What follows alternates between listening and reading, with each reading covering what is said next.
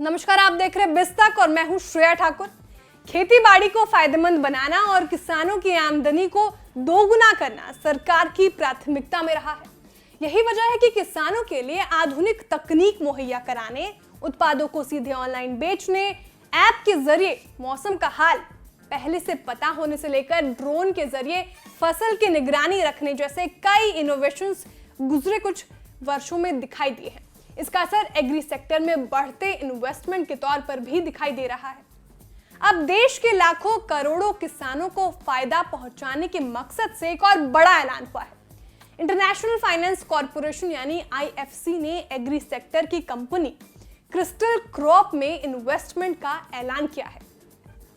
IFC और IFC emerging Asia fund EAF crystal crop protection limited में 300 करोड़ रुपए का इन्वेस्टमेंट करेंगे। इस पैसे के जरिए क्रिस्टल क्रॉप को प्रोडक्शन बढ़ाने, कोविड-19 की वजह से हुई सप्लाई चेन गड़बड़ियों को दूर करने में मदद मिलेगी। साथ ही कंपनी सस्ते और ग्रीन क्रॉप सॉल्यूशंस के लिए भी एक मजबूत इंफ्रास्ट्रक्चर तैयार करेगी। This investment will be utilized for expanding our manufacturing, which we wanted to strengthen as part of Make in India also. And further, we will be utilizing it for our R&D initiatives.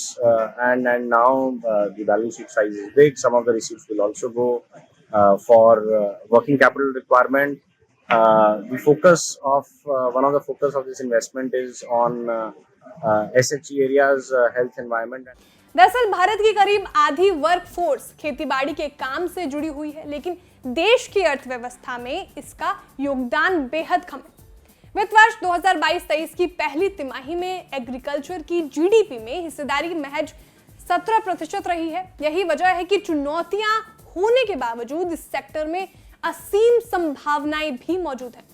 IFC emerging Asia fund 2016 में launch हुआ था। ये fund Asia के emerging markets में सभी सेक्टरों में equity और इक्विटी जैसे इन्वेस्टमेंट करता है।